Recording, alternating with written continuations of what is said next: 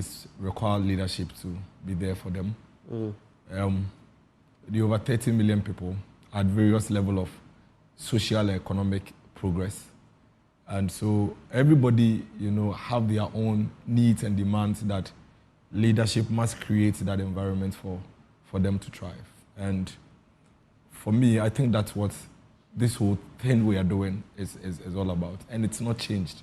And it's not going to change. Everywhere you go, Ashanti, Eastern, Western, Savannah, Upper East, Upper West, it's the same thing. The mason wants to wake up in the morning and have something to do. The carpenter wants to be productive. The taxi driver or the church driver wants to come back home in the evening and, open his wallet and count how much it is that he's made. The market and be able to take care of his family. Absolutely. The market woman is expecting that he goes to the market and it will be a good market day. The young child that is dreaming to be a lawyer, a medical doctor, a teacher, has an opportunity to dream, and it doesn't end only with dreams, but has that enabling factors to serve as a launchpad for them to become whatever it is that they become. And so that basically is what the people are looking for. The people also acknowledge that it's always work in progress. But at every point in time, there's a child that is in primary, there's a child that is in basic, GHS, there's a child that is in secondary school and the university. At every point in time, there's a Ghanaian citizen that needs medical care. At every point in time, there's a Ghanaian citizen that wants to be able to move conveniently from one point to the other. So you always have to be there for them. And the people are always going to ask of you what it is that you plan to do for them to be able to thrive in their daily lives. And I think that's what I see, that's what I hear, that's what I encounter, and that's what I gather from the feedback and the faces of the people. So expectation, I'm sure the expectations are very high ahead of this election. For me, from where I sit, I've watched the political space, you've also been in the political space. I don't know what you see, but I feel that this election is the one with the highest expectations, because I feel the 2016 election had some high expectations because of the change we expected and everything. But I feel in this election, the expectations are even higher, because I speak to a lot of Ghanaians, just as I'm sure you do, and there's so much they feel the Fourth Republic hasn't served as much as it ought to. So people are very expectant, and that's why there's also the rhetoric that careful what you promise, both sides, because now the people are no, I mean all of us. All of us. I think that we must be fair to the generations that have come to pass. Every time we go for an election, the people have a right to be expectant, because the reason why they are going to the polls is to vote for a leader that will be there for them. And I doubt if there's ever been an election in this country where the people were not expectant or were less expectant than we're experiencing now. It's all about the euphoria that builds along the way. I mean, which of the elections did we have, even in our Fourth Republic, that didn't have high expectation? 1992 was a fresh one. People were excited, people were expectant, people wanted to go to vote. 96, well, let's do it. 2000 was a big deal. I'm not saying there are never expectations, but I feel, for example, 2000 with Kufuor coming in, I saw the expectations. I felt it was a different vibe, and you could tell something was shifting. 2016, I felt that vibe. You see, I've skipped 96, 2000, 2016, and 2024. I mean, we go out, and when you have interactions with people, it appears. But the point is that as political leadership, you have a responsibility to convince the people. I think it's the right thing to do. Give the people a compelling reason to trust you to lead them going into the future. And that's what Dr. Mahmoud Bawumia is bringing on board. And like you said, ultimately, all these things that we are doing is to ensure that every Ghanaian everywhere gets to be productive and is able to feel safe in his own country, is able to feed his family, is able to provide the basic needs for his family. And then we all live a very decent life. It's all about food, shelter, and good health. And I think that if the people are highly expectant of these things, then there's a reason we need to give them that. And that's why, for me, conversations like these are very important. I mean, I saw you make a lot of presentations. I think that is what this election should be about. I think this election should be less of emotions and sentiment. I think this election should be about properly interrogating the issues and separating selfish personal interest from what it is that would directly benefit the people. And if you are involved in all of these and in shaping the conversation, and you do not situate yourself in that space, then you are being very, very unfair to the people, and you may have to answer to it at one point or in time. I think that our conscience should prick us to let us go to the people and say, this is genuinely what I think my solution is to A, B, C, D. What do you think? And give them a reason to trust that you would be able to deliver. But it's not enough for us to just go about, like you said, just go and be telling them, no. And I think, in fact, if you compare the Ghanaian voter this year to the Ghanaian voter 8 years, 9 years, 10 years, 20 years ago, we've seen a lot of progress. People are analyzing things a lot more differently. People are breaking down things a lot more differently. And that's why you see that you're not getting that feel that you're expecting to get, in previous elections, because people are really analyzing the situation. You also have an interesting election. You also have social media and Gen Zs who are viewing things from a very different. All the things you are we are not doing before 2000 newspapers. What these are things we are discussing today, and they were discussed last night. Everything on this front page was discussed last night. So there's a whole lot of difference in the voter, orientation. Let's quickly get into the NDC's youth manifesto ahead of. They've come through with that, and you are now coming through, and they will later also come through with their own manifesto. If you look at the youth manifesto, the number of times youth was used in that 143-page document, 73 times, and 57 promises made. I don't think I need to remind you of them. I know you're fully aware of what promises were made. In terms of the 2020 manifesto and similarities, upskilling the youth in digital skills, introducing a 24-hour economy policy, training 1 million youth in coding, something that your side has also dabbled in, establishing a Ministry of Youth Development. There's also increasing access to quality education from basic to tertiary levels. And of course, that's where the tuition fee for level 100s at our tertiary institutions, public tertiary institutions, comes in. Reducing data costs, dedicating funding for free senior high school. There's a whole lot more that is made mention of that I could get into. Increasing access to quality education, partnering with religious bodies and NGOs for skills development. You can talk about the private SHS structure also coming on board, free SHS. Your reactions to that. I want to get into your own manifesto launch, but let's start from the NDC's youth manifesto. Honestly speaking, I have very little to say about this because, the reason we put out manifestos is to try and prefer solutions to the obvious issues that the Ghanaian people would want solutions to. I think the real issue here is not about listing the things. The real issue here is about testing the credibility of the people who are listing these things and as to whether they can do it. I mean, when I come and meet you at home and I realize you haven't eaten the whole day, the easiest thing for me to say, I'll give you food. Isn't that the solution? So I'll tell you, I'll give you food. But the question is, do you believe I'll give you food or not? And that's where the real detail is. So following through on promises? Oh, of course. I mean, otherwise, putting it together in manifesto is not a big deal. You just look at all the challenges and issues, and then you list. You don't have bed, I'll give you bed. You don't have food, I'll give you food. You don't have water, I'll give you water. That's all you are putting. That's basically what they've done. But it's not what all of you do. Yeah, that's the point I'm saying. No, there's nothing wrong with that because you're putting solutions together. But the difference is the credibility to deliver.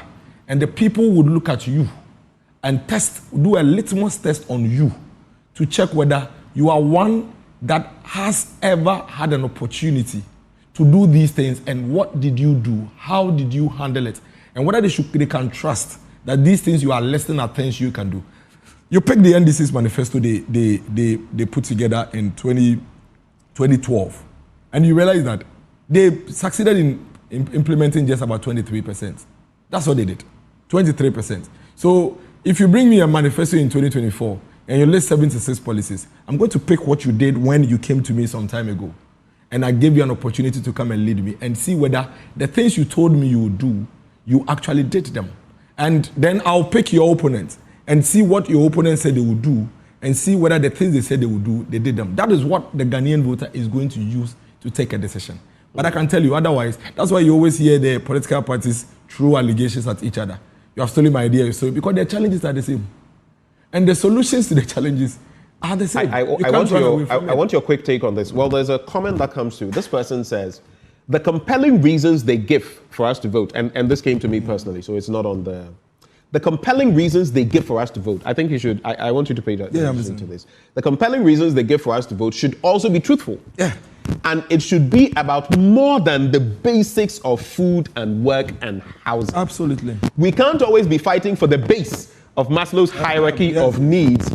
At what point do we start striving for self-actualization, which is at the top, which is where you are living a certain decency of life and you are fulfilling, basically you are living your best life. You see, and you are using your talents to the best of your ability. Where do we get there? They be our basics now. No, because you see, the basics are crucial. What governments are responsible to do, basically, is to make sure that everybody has that enabling environment. That's what government's role is all over the world. Make sure that everybody has the needed platform to acquire the right skills. Make sure that everybody gets the needed room to get educated. Make sure that when somebody is sick, they all have access to good quality health care. Make sure that when it comes to public transportation, everybody has access to it. Those are the things. You create that opportunity so that everybody can use that as a launch pad to head towards self-actualization. I mean, self-actualization is not given by any government.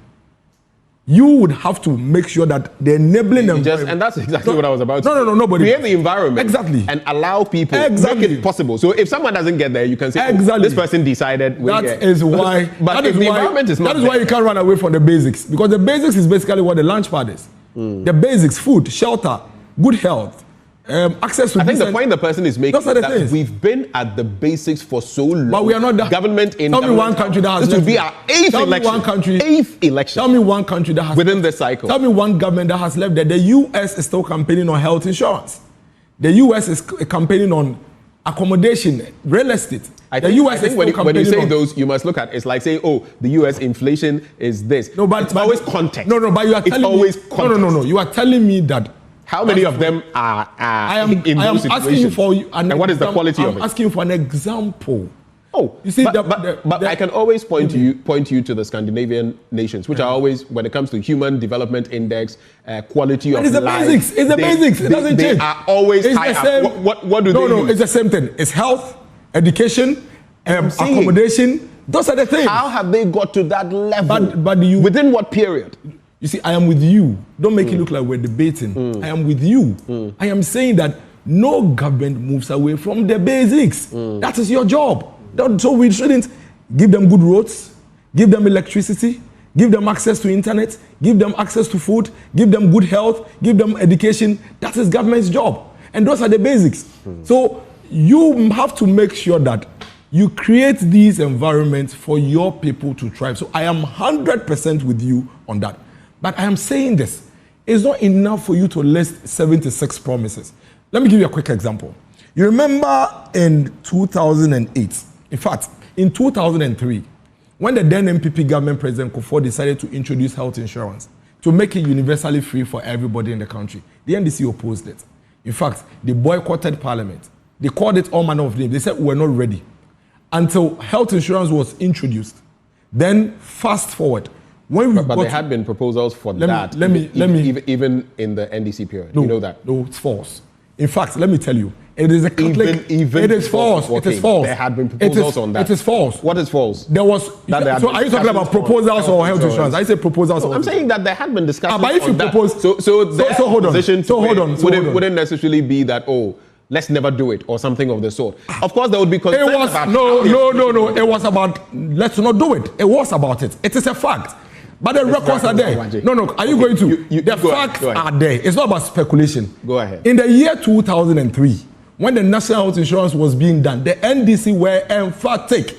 They were emphatic. Like the same way when we're trying to introduce free education, the education minister of the NDC said that even in Nkrumah and the Soviet Union, Leo Kran, he's on video, on your own platform. He said that even Nkrumah couldn't do free education, universally free education. and that if free education was easy, Nkrumah in the Soviet Union would have done it on video in an interview in your studios. So they made those comments. Fast forward, when national health insurance was introduced and they realized, hey, this is fixing a big issue for the people, and that has become a big deal for our people. And if you don't align with the national health insurance, you're not likely to win an election. Do you know what the NDC did?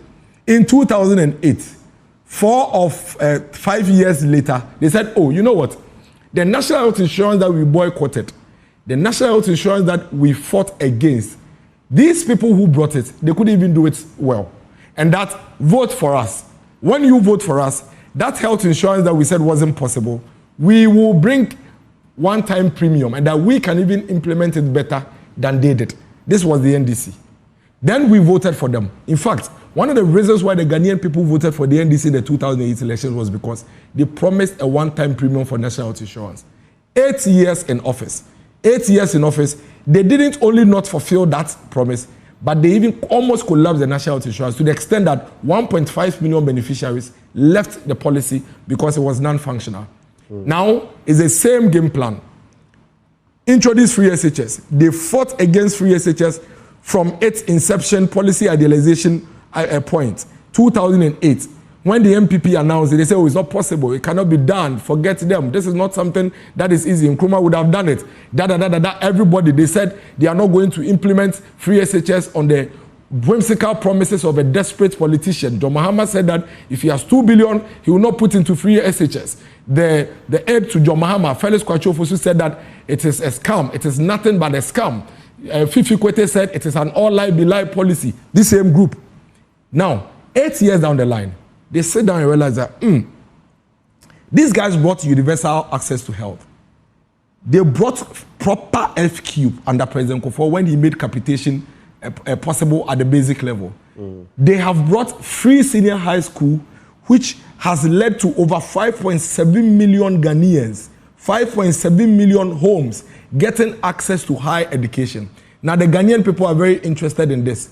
If we don't find a way to align with this, we are going to be in trouble. So they said that, aside all the things we said against the free senior high school, we have an election to win. Let's tell them what they want to hear. You know what, Ghana? The free SHS that we fought against, these people who brought it, they couldn't even do it well. Vote for us. Even though we fought against it, we can implement the thing that we fought against better than the people who brought the idea. So vote for us. We'll make private schools part of the free SHS. We improve the thing that we said it wasn't possible. And then you know what? When your students that we said will not pay for them to go to secondary education, if they hustle, if they struggle, if they strive and shed blood to go through the secondary education and they manage to get to tertiary level, for the universities, when they come to level 100, we'll pay for that level 100 fees for them to go to school.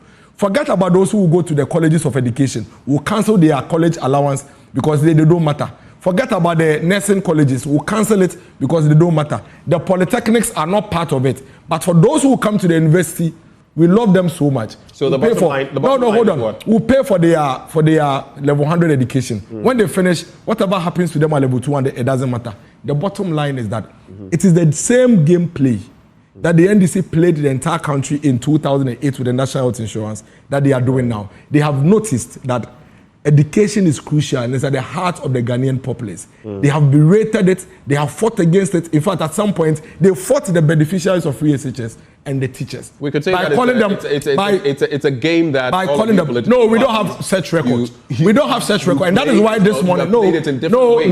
See, as the MPP. So don't say it's the same. It in different something ways, that is the same cannot be different. Education to, but let me. Hold on. No. Something that is the same. Let me make this point. Something that is the same cannot be different. So you cannot tell me that we play the same and say we do it differently. We are not like them. We have no such record. Right. You cannot point me to a single evidence of this gameplay that I've pointed to the NDC of we doing it. And that is why even this morning, I'm not sitting here telling you that making level 100 tertiary education free is not possible. I think it is. I think it's something that can be done.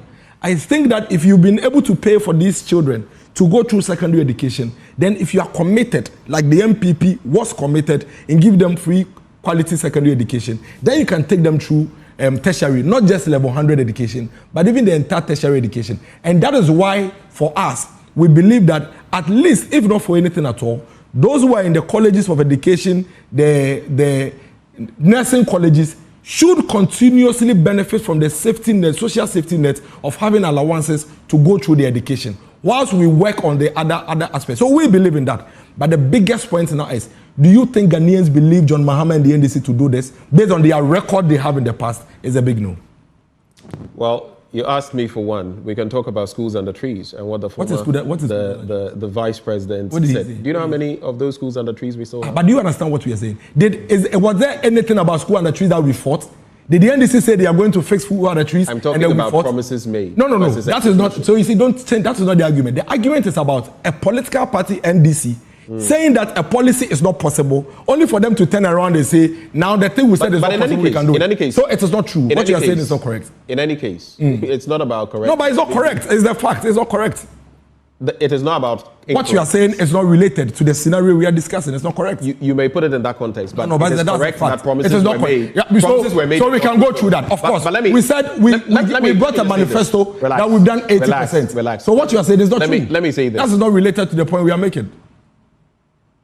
Calm down. No, we are calm. We are having a conversation. Why not? Because if you make a point that is not true. I'm trying to be calm with you this morning. No. If you take it there, you know how we do it. No. You made a point that is not correct. I am at liberty to point it out. It is not incorrect. It is incorrect. But let me make this point. Yeah, I'm listening. Is it not only a fool, as the philosophers will say, who never changes his mind? Let's say that all that you've said, education, is true, right? Granted, let's say that. If, whether MPP or NDC, the opposition says something, and you feel, okay, they came and they've actually executed this. I was wrong in thinking that maybe it wasn't as feasible as I thought. But they have executed it to a certain level. And I feel, honestly, if you've done this, I think I could actually take it a notch higher. Is that wrong? No, there is nothing wrong. But the point is that, you see, the issue is but you keep going on, Fifi Abikwete said this and all of that, which I agree with you. Hold on. No, relax. Whatever they said doesn't mean that the person cannot come back. I have told you that we can do it better. I have told you that there is nothing wrong. But you see, again, I have told you that it is about trust and integrity and credibility. Because if you are known to be a liar, if you are known to be one that doesn't stick to your promises, if you are known to be one that has evidence, record of not sticking to your promises, that is what the Ghanaian people use to judge you and measure you. So I gave you a specific scenario.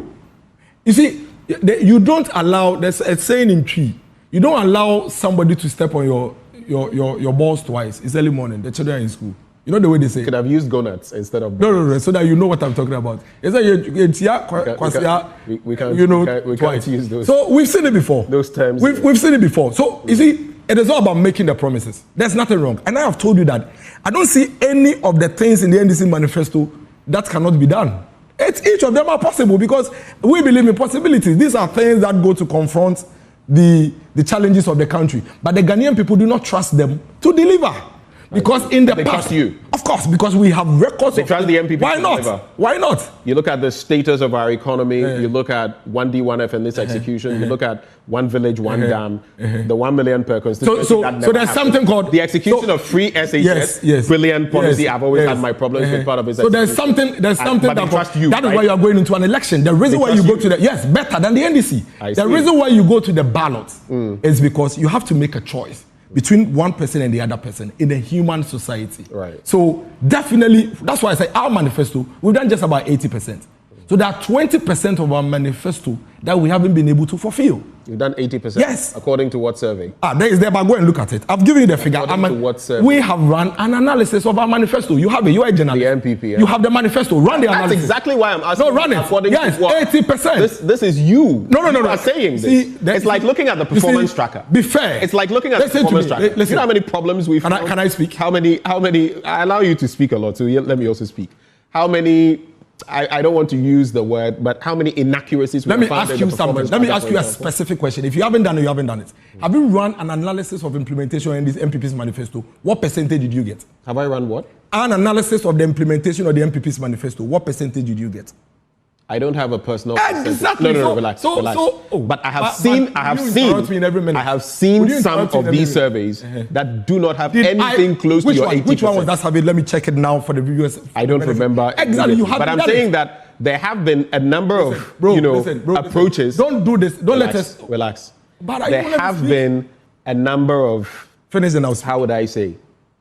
I wouldn't call them surveys, but they have analyzed some of the promises you've made. Even if I look at your anchor projects, your flagship projects, and that's what I just mentioned. I mentioned about 5 of them. Can I speak now? What would be your execution rate on these 5? Hold on. Can I speak now? So I told you that we've implemented 80% of our manifesto. Then you tell me that we've done an analysis of some of them and it's not been done. Of course, there's a 20% that hasn't been done.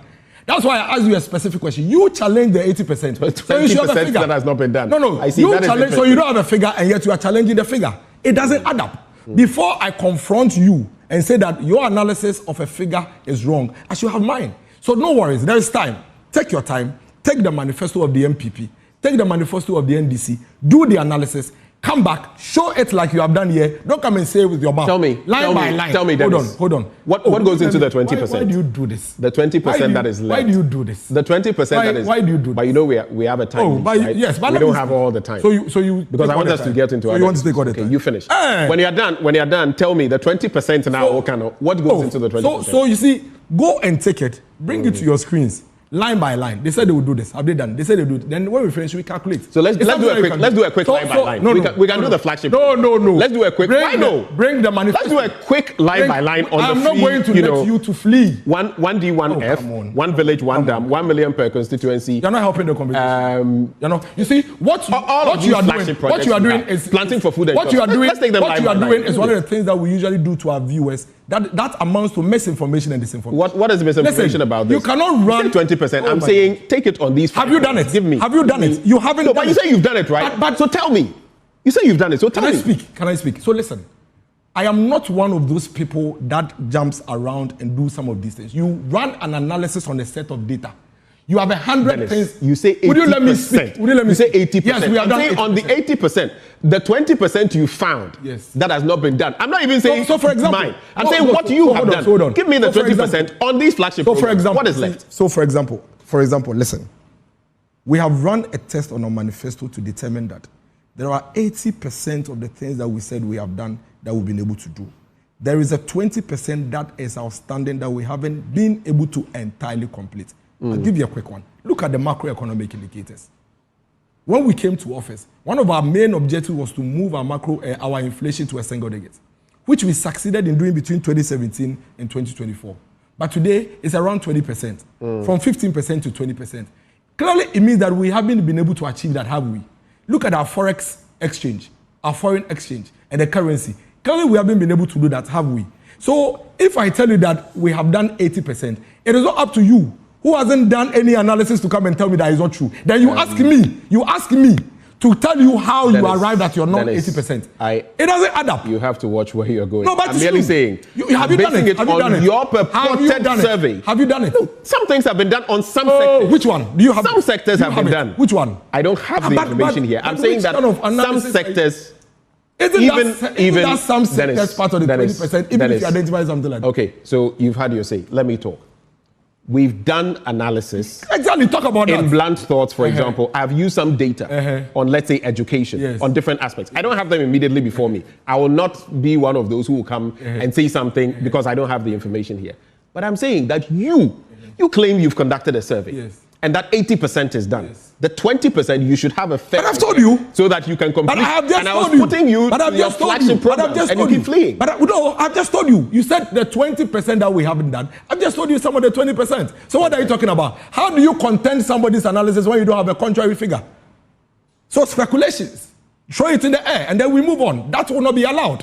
Have you done a test? And I think it can be done. Again, it's not too late. Let me ask you this. It's not too late. We still have time, 4 months. You can run that test. I think you should do it.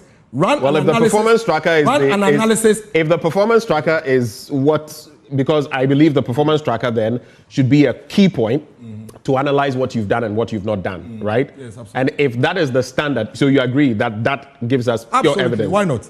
If that is the standard, then we are lost. What is your figure? What if that you are doing it based on the screen that you watch? But why are you doing this to your viewers? Have you done analysis of the performance tracker vis-a-vis the manifesto? Let me ask you. No, have you done that? Let me ask you. So how did you come to that conclusion? As for the analysis against the manifesto? No. You are wrong. So you see, the analysis of the data on the performance tracker has been done. And let me tell you how. We are talking about running an analysis and implementation status of a manifesto. What you do is not an analysis of the performance tracker in isolation. You take the performance. What makes you think we've done it in isolation? But I asked you, so tell me the manifesto. And I'm telling you that the implementation. even after the establishment or the release of the manifesto track, tell me the manifesto analysis that you did, the status of implementation. Relax. Tell me. Relax. When I asked you the 20%, you couldn't. I told you. I said I have told you. I don't have all of them. I have told you. I said what did you mention? I've told you. Macroeconomy has done I said that the macroeconomic indicator we give specific. Which indicators? For example, we said inflation will take it to single digit. Is that double digit? Didn't we? Look at what is happening to the foreign exchange, the cedi. So those are things. But this is in reverse of the points you are trying to make. Those are the 20% we haven't been able to achieve. What are you talking about? I see. What are you saying? What are you saying? That is the 20%. So what else goes into the 20% from the other angles I mentioned? Because I don't even want to stretch it. Your flagship programs. So you see the point you are missing here is this, and that's the problem. You asked about the status of implementation of a manifesto. I tell you, we've run an analysis and we've done 80%. You ask me the ones that I think form part of the 20%. I give you examples of some. You have none. But here you are debating. What makes you think I have none? But I've asked you, tell the people. I said, what figure did you get in terms of implementation percentage? But I'm telling you that I cannot give you figures that I do not have readily here. But how do you debate? But I can debate you on what exactly you think, because you've given me a figure. So let me ask you something. You see, let me tell you, Ghana has moved on.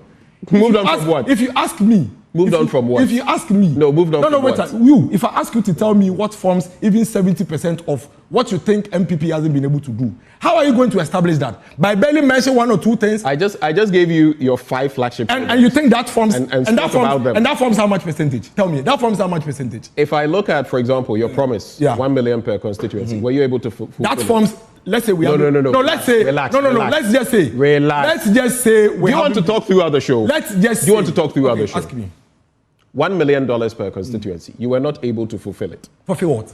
You were not able to give the $1 million. No, we're not able to fulfill it. When I say we are not, you were not able to give $1 million to every constituency. That is not true. That's false. What did you do? So we actually sent the $1 million to every constituency. And there did? Yes, in 2018. When? In 2018 and 2019. And what happened? No, so you see, so what you are saying is not true. So you know what you should say? You said that you would stop disinforming your throughout the period. You would give $1 million per constituency. But you are saying that you couldn't fulfill it. Fine. Did you fulfill it throughout the period? So that is where you didn't. So listen to me. There is a shortfall. That is where the percentage of implementation comes in. And even the $1 million. Stop misinforming your viewers. In fact, the ambulance that is the $1 million. What do we have to show for it? What do we have to show forward? For what? The $1 million. What was it? People are watching you. I'm telling you that. What was it used for? If somebody wants to implement a project and says that I will do A, B, C, D, and you want to measure the percentage of implementation, you don't say that they didn't do it. You look at what they have done and measure it against the whole. Okay, so then you know the percentage. You did 2 years. You did a year or two out of what? 8 years. A year or two of what? A year or two of what? You said you sent $1 million. You said that we didn't do it. You said that we didn't. You said that. And if I'm not the execution. No, the point is, I do remember some ambulance issues. You do remember, but yes, you said we didn't do it. Listen, but yes, you said we didn't do it. The point is, I used to like. So you would have done. You said you would give $1 million per constituency every year. Have you been able to execute? That is where the percentage of implementation that I keep asking you about. Okay, so that is. So don't come and stand on. You look at tell the viewers that they didn't do it. When you know that some of obviously it you didn't. And then but then let me ask you.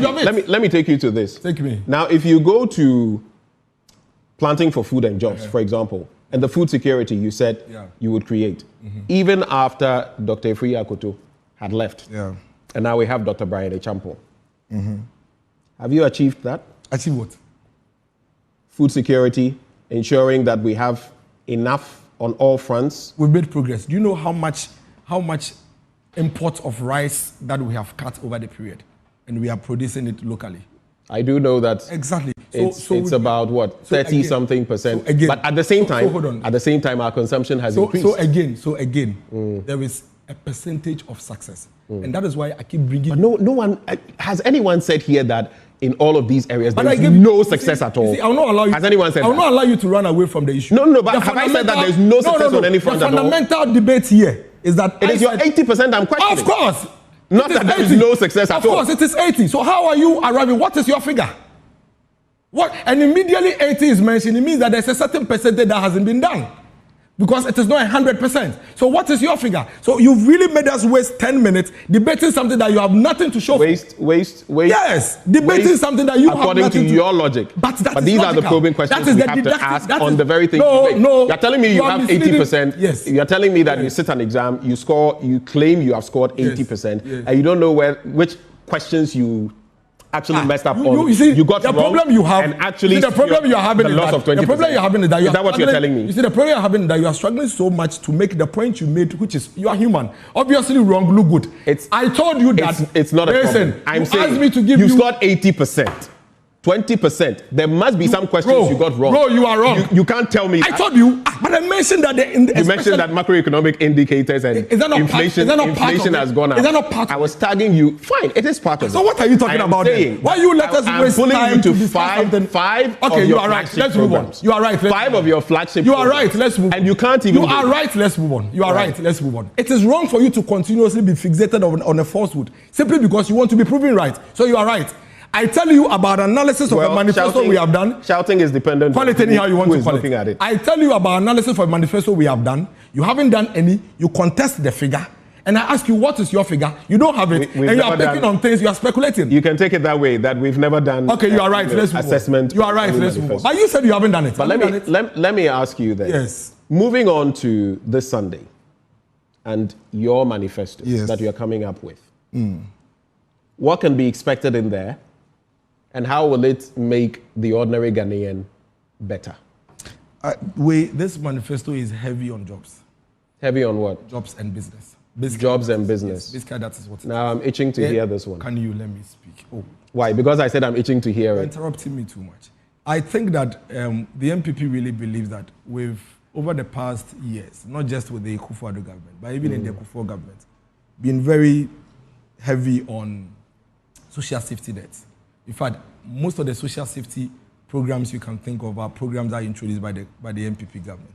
The health insurance, making basic education free, increasing access to secondary education and making it free, ensuring that the children who graduate from these secondary schools are able to have access to tertiary education without money being a problem, and all of that. So we've had a couple of these social safety nets running. We have the livelihood empowerment program and a couple of them. We've increased the facility for the persons with disability fund and supported them and all of that. It is time for us to begin to move towards pushing these skills and these things we're giving to the people towards becoming productive. And so the manifesto is heavy on getting private sector to really thrive, expand, increase production, empower the citizenry to be able to access some of these things that the private sector or the industry will produce. And by so doing, once they expand it, they definitely need to employ and recruit. So a lot of jobs. It is entirely jobs. About 90% of the manifesto that you're expecting to see on Sunday is about jobs, businesses, and the private sector. Okay, it's about the trader on the street. It's about the businessman. It's about the let's stay there. Let's stay there a bit. In 2016, one of your manifesto promises, job creation, employment. Yes. 2020, same. We're in 2024. Before you came to power, you were promising jobs. Yeah. You are at the dawn of another election after 8 years. You are promising jobs. Yeah. Of course, it is not that room for jobs ever ends. But when you look at unemployment, for example, hovering around 2016, around 7+%, and now 14+% in terms of unemployment. Would you say that on the score of jobs, you have done what you said you would do, for which reason we should trust you now to be able to create jobs after 2024? Absolutely. Because we are the only government who, within 8 years, has produced the most jobs than any other government. So we have produced 2.1 million jobs, which we have the data to show for, the entire list of the 2.1 million jobs. And so if you're going to compare us... Let me just ask you here. When it comes to the jobs that you say you have created, are these sustainable jobs, long-standing jobs that apply, or is it like NAPCO and others where you are in and out at some point? No, they are sustainable jobs, very sustainable jobs. And we've actually put the data out. These are sustainable jobs only, 2.1 million. And the point you made is even the more reason why you need a government that has a track record and a scorecard for producing jobs. And so I like the point you made.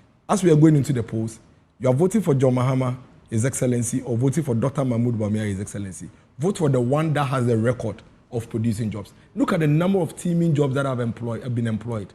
And still look at the number of teaming... You mean teaming youth? Yeah, teaming youth that are still in need of jobs. And so if you're going to vote in an election where you have a lot of young people looking for jobs, in spite of all the jobs that have been created, then surely you're going to go for the one that has a record to show in terms of jobs. I mean, for Mahama, we know his record when it comes to jobs. And I think that this election really, Akapo, is about jobs and businesses, no matter what you do.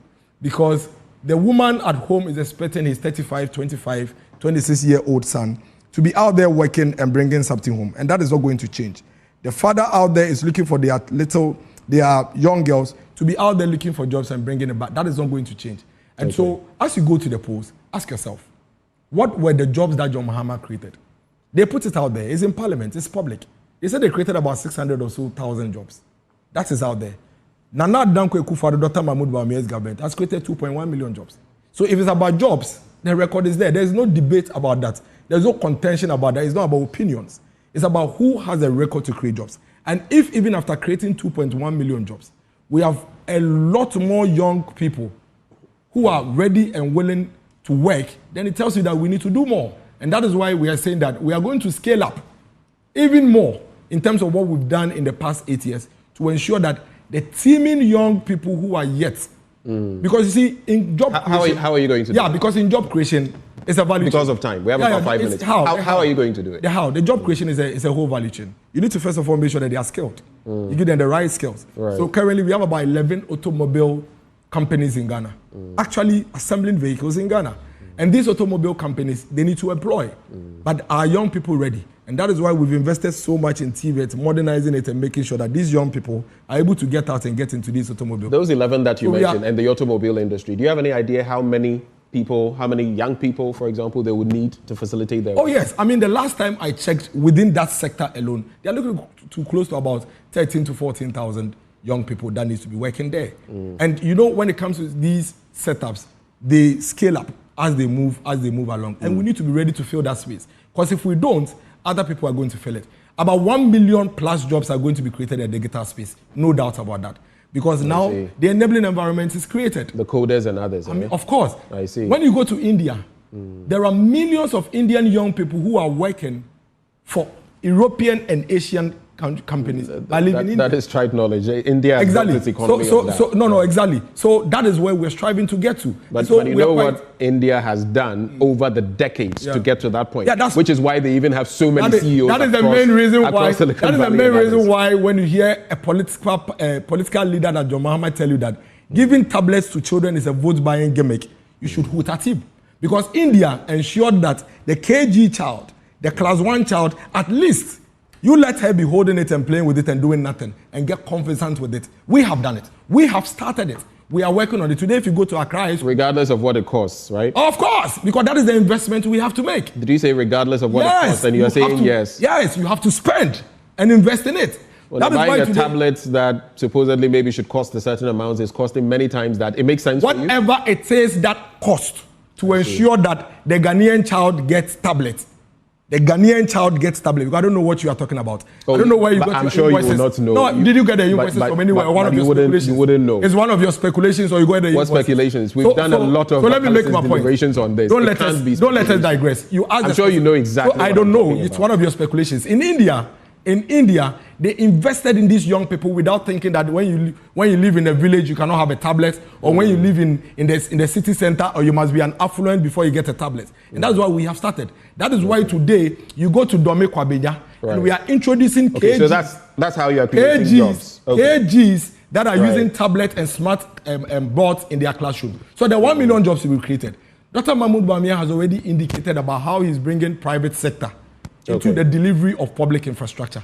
That strategy alone is going to free government of over 30 billion, give it to the private sector to expand and grow. What it means is that as these businesses are expanding, they will need more hands and they will need to employ more people.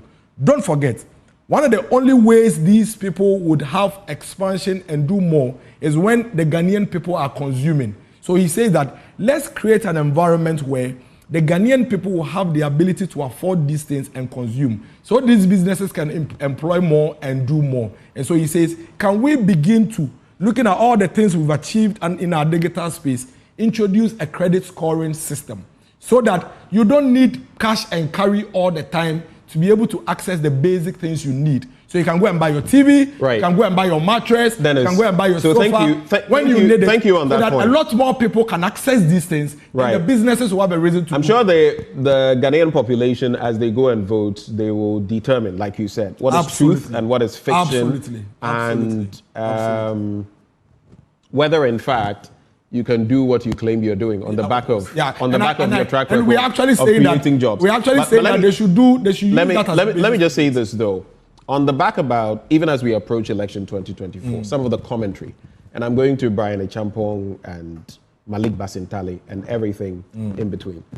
On 3 occasions now, the Agric Minister has gone down this road talking about willy-nilly, we're going to take power, there's nothing you can do about it. What does that mean for our elections? Especially as we are trying to secure peace. That kind of rhetoric. Of course, you must know that the National Peace Council has waded into the matter, the Ghana Catholic Bishops' Conference, people of goodwill. Do we need to put a stop to that kind of conversation? I don't know whether you're quoting Brother Champo or you are... I quoted him. You saw me quote him on Blunt Thoughts. You are fully aware of what he said. I don't need to quote him again. But what you are saying now isn't exactly what he said. That's what I'm saying, whether you are quoting. But I'm sure you know that I'm paraphrasing. Okay. Yes. So, Mamum Kwashipo, he said. But Latobika said, Kwashipo, what does that mean? Okay, let me quote him then. Yeah. Since you want to play that game. No, it's not playing. We are having a discussion. Let me. I like to interrogate the issues and not, go around it. So this is precisely what Brian Achampong says. He says, it will never happen that we, the MPP, will stand on the platform to hand over power to the NDC. What does that mean to you? Democratically, what does that mean to you? What that means to me is that this morning when I leave here, I'm going straight to the central region to do some work before I hit Takrade. It means that we are going to work. We are never going to allow ourselves to sleep for us to lose the elections and hand over to the NDC. Okay. That's what that means. If the NDC dares to resort to threats, violence, and imprudence during the 2024 election, we will demonstrate our strength. What strength? Yeah, but why? So if you dare to use violence, why shouldn't I demonstrate my strength? I should sit down for you. So using your strength would mean what? I would face you anyhow you bring it to me. Okay. Why is that a problem? So violence will be met with violence? No, I mean saying that. I said anyhow I can deal with it. Will violence be met with violence? We are not violent. I see. The MPP doesn't have a record of being violent. But there are so many ways to contain a violent person. So many ways. Like what what Malik Basintale said. There are so many ways to contain him.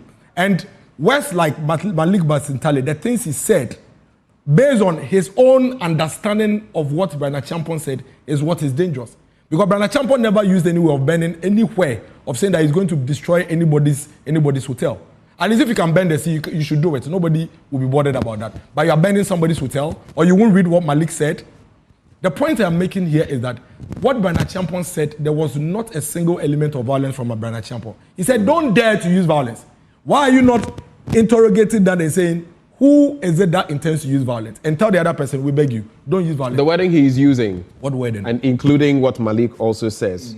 I have a message for him. If the people vote for John Mahama and your MPs, if he's truly a man, let him refuse to hand over power and he will see what happens. But why you don't... When iron meets iron, you will see fire. That rhetoric, you're okay with it from different sides. Did Brian Achampong say anywhere that if John Mahama wins the election, did he say anywhere in the statement? That when he says we'll never hand over power to these people, your interpretation is that if John Mahama wins, you won't give power to... But when the former president said, for example, that it doesn't lie in the president, the current president, or anybody to determine whether power will be handed over or not, and that it is the electorate who will determine that. How can you say that he will not hand over power if the people decide that way? Did he say that he will never hand over power? Is that what he said? You are interpreting. You just quoted the person and you are using another word. This is what he said. Yes. It will never happen that we, the MPP, will stand on the platform to hand over power to the Yes, because we are going to work. Because we are going to campaign. I slept last night at 3 a.m. Kingsley called me. I am here at 8 a.m. We are never going to relent on our efforts to make sure that we do everything we have to do, put in the work and win. That is why even though I slept at 3 a.m., this morning I'm going to Cape Coast. From Cape Coast I go to the manifesto lunch and then I come back to Accra. We are putting the energy. The only way we are going to lose the elections are in two ways. One, we fail to deliver on what the Ghanaian people are expecting of us. And two, we fail to canvass and sell what we have done and achieved as a people. And that will never happen. We are going to make sure these two things are properly covered. And we'll make sure as I take your final comments, right?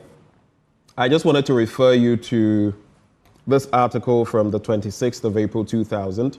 Government must accept useful minority suggestions. That's according to Dr. Kwame Addo-Kufuor, brother of former President Kufuor, and MP then for Manhyia. And he said that he had noted that billions of cedis and energy had been wasted on the single national health insurance scheme, and it could have been saved if the government had not brushed aside the minority suggestion in 1997 that such a scheme was not viable. What's your point? Billions of cedis What's your point? claimed to have been wasted on the national health insurance scheme. So what's your point? Scheme. What's your point? You said that it had never been contemplated before that time, and the NDC had not executed anything. But Akapo, why are you doing this to yourself? I'm taking you to 1997. Why are you doing this to yourself? What am I doing? Why are you doing this to yourself? What am I doing? Let me tell you for a fact on your show. Until 2003, there was only what we call community mutual schemes. In just about 6 or 7 So what was Dr. Addo-Kufuor? So you see, so you should go and ask Dr. Addo-Kufuor. I should go and ask Dr. No, but Dr. Addo-Kufuor is not Ghana. Dr. Addo-Kufuor, for example, you. Was Dr. Addo-Kufuor a prominent member of the NDC? No, you just sat here this morning to put out things that are not facts. So if that is published... According to you. Yes, according to me. So if that is published online, and 20 years later, your children go to read, it makes it facts. The fact of the matter is that there was not a single national health insurance in this country. It was community-based, facilitated by the Catholic Church. Don't do this to yourself. This is fact. Whatever the case may be. This is fact. And I don't know, you went back to it because, again, you went back to it because Dr. Addo-Kufuor was referring to at the time, which you do not see. Which you should go and check. Anyway. You went back to this because, again, media man, I should be right. You are wrong. There was not a single state-run. Maybe you have to do that as so let me put it on record, and you have researchers. There was not a single state-run national health insurance scheme in Ghana until 2003. That is fact. Everybody watching us at home can watch it, and you are wrong. In trying to assess. Maybe you should have a conversation with Dr. Addo-Kufuor. No. But why are you quoting something that you haven't verified? You are quoting something you haven't verified. Dr. Addo-Kufuor said it. So do you believe it? A member of your party. Do you believe it? A member of your party. So is it true? You are a media man to educate the people. What you are quoting, is it true? Dr. Addo-Kufuor said it. Is it correct? Anyway. Is it correct? That is. Do you quote anything at all you find online to be fact? Is that what you do? Calm down. No, I'm pointing out your inconsistencies to you. Is it correct? You seem to have been irked a lot this morning. No, because it's wrong. It is wrong for you to continuously have a platform that you have, which is a good platform, to be putting out things to disinform the people. Okay. There was not a single national health insurance in the end in Ghana before 1996. What you sought to do with the Addo-Kufuor quote is to create an impression that there was. You are wrong. You shouldn't do that. All right. There was none, zero. You've had enough time to talk. Are you done now? Thank you for the time. Are you done now? I'm done. Okay. Thank you very much for joining the conversation. Dennis Miracles Aboagye sat here with us talking about the fact that in the